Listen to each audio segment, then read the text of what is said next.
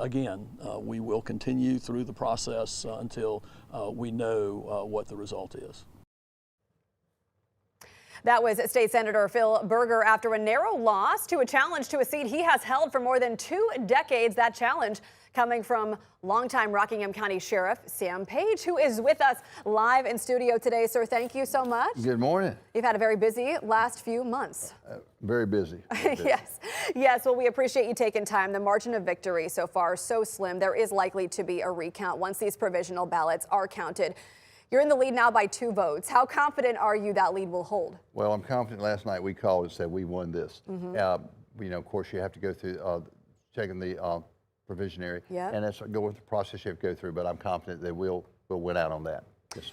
Let's look at the makeup of District 26. And when you isolate Rockingham County, you had a dominant lead. Voters chose you overwhelmingly. But when you look at the part of District 26 in Guilford County, they went with your opponent by about the same margins. What are you going to do from now till November to appeal to Guilford County voters? Well, I'll be getting down in Guilford County. I'll just tell you, just like this coming up Thursday, there'll be a county commission meeting. There's going to be a tax protest on the revaluations and the revenue neutral conversation.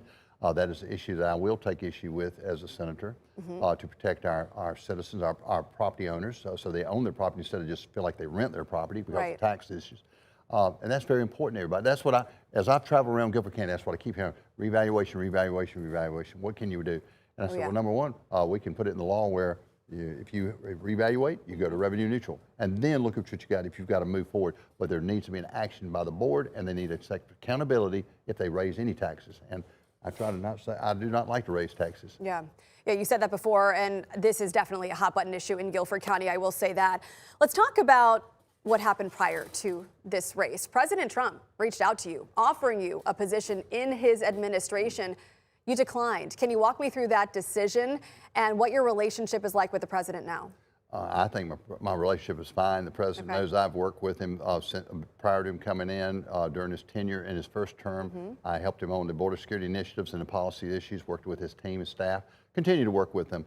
And now you're seeing the fruit of our labor from the first term is now happening with secure borders and interior enforcement.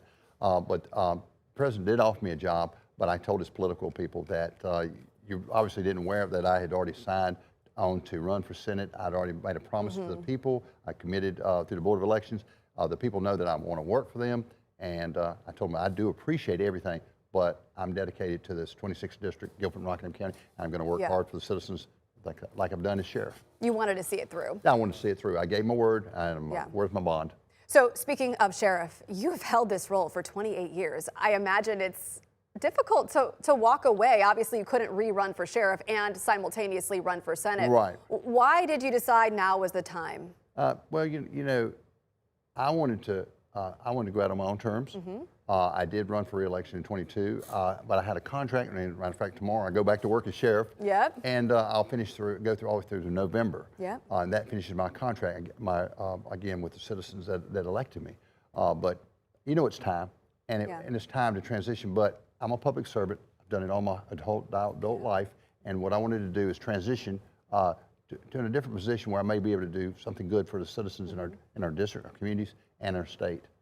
All right, Sheriff Sam Page, thank you for your time, sir. Thank you. We appreciate it. Yes.